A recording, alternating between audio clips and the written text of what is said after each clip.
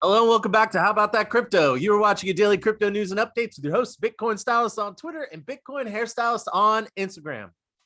I'm here Monday through Friday and I explain crypto and Web3 while keeping you up to date on all the latest. All right, well, today's news stories are Binance partners with a company called Split to offer ride-hailing services and other stuff to make them a super app. Also, Jack Dorsey and Jay-Z team up to educate people in public housing about Bitcoin. And of course, they came under fire. What does all this mean? Not to worry, I will explain it all. But please, if you're listening on podcasts, please give me a 5 stars and follow me. That would be ideal. If you're watching on YouTube and you haven't hit that subscribe button, give me a thumbs up. It really helps support me and it keeps me coming back for more of these videos. Also, this is not financial advice. This is for entertainment purposes only. All right. You can use the links below to do your own research. So I'm going to just jump right into the news. I will like to say that a lot of the stuff that I'm reading about, it's all either like everything's crashing. No, all my clients are like, and my friends are like, wait a minute, we got to talk about crypto. We got to talk about Bitcoin. And I'm like, yeah, it's like crashing. And everyone's like, yeah, it sucks. You know, and I'm like, what is not crashing? I mean, basically everything is. But that said, you know, there's a correlation between the stock market and crypto.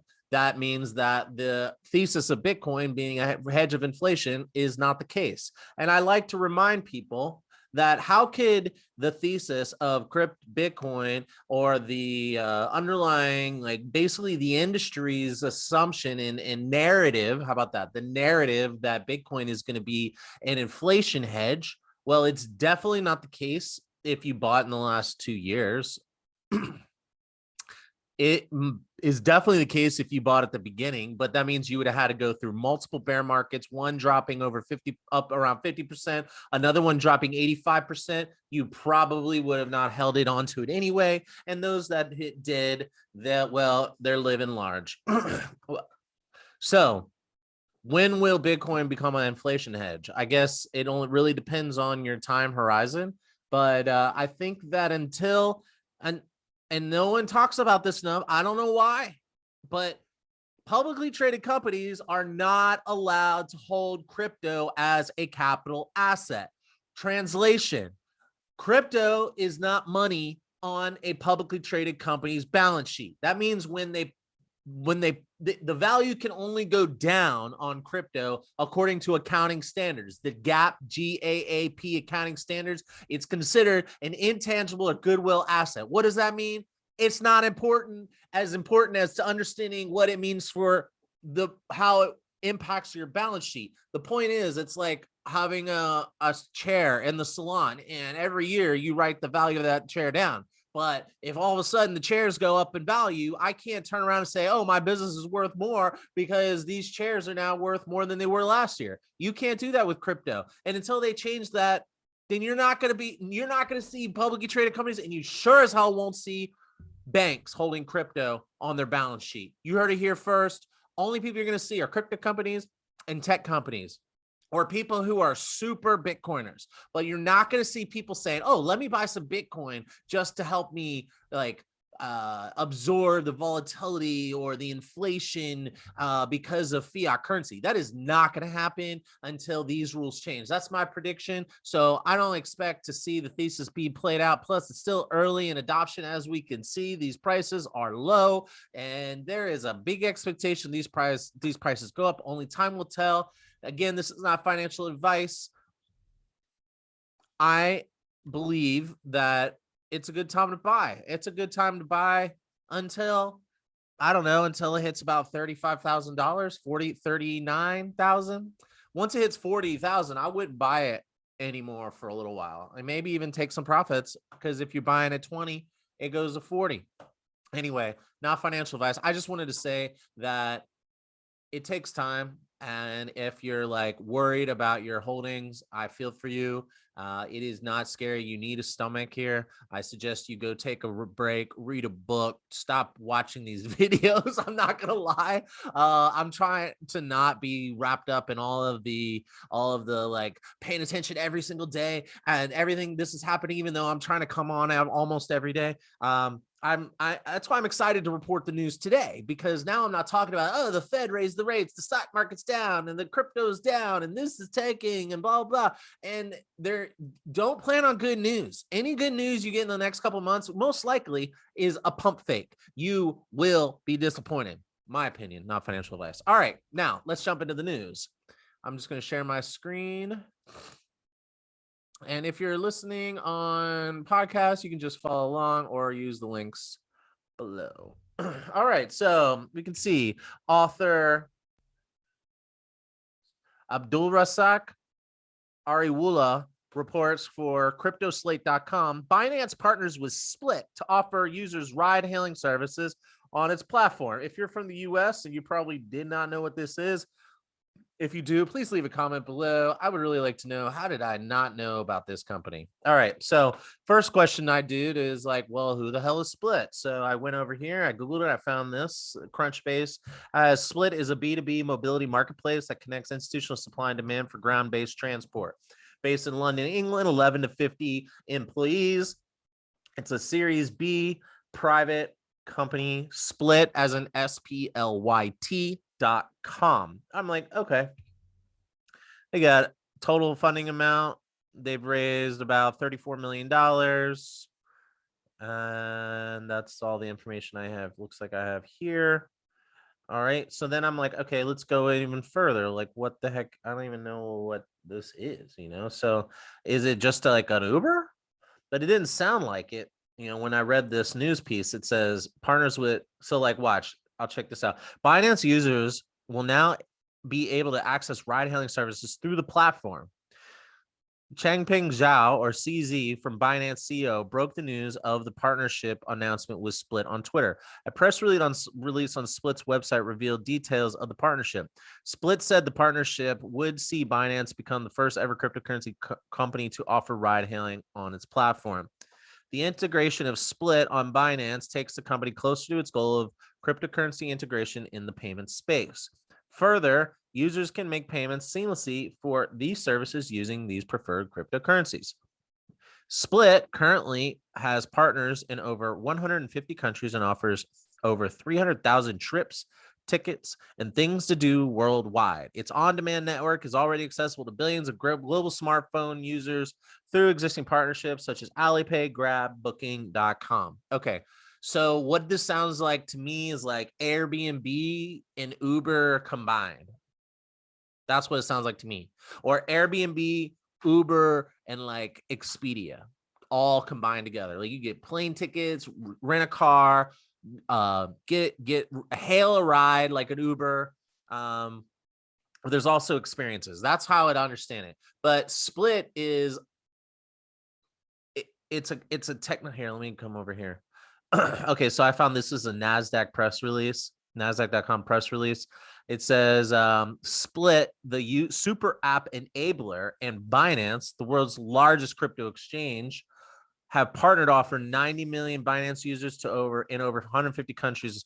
So the idea here is that I imagine it's kind of like Google Chrome. Like if you have Google Chrome and you can like download apps onto the Chrome and easily access these applications. But imagine having one app on your phone that you clicked on and it had Google Sheets, Google Docs, Google Slides, Google Maps, Uber, Airbnb, like it had it all in there. Well, it sounds like Split is a platform that enables multiple companies to integrate into their platform. That's kind of how I understand it. It sounds like maybe it started off as a ride-hailing company, and then they moved into experiences, and then they started integrating with other applications. And it also like goes in here and starts talking about Binance users can seamlessly access and complete the transactions using Binance Pay. So Binance Pay is like Google Pay or Apple Pay. It's a way for you to pay. It's like a digital credit card. You can tap it on at the credit card machine, and depending on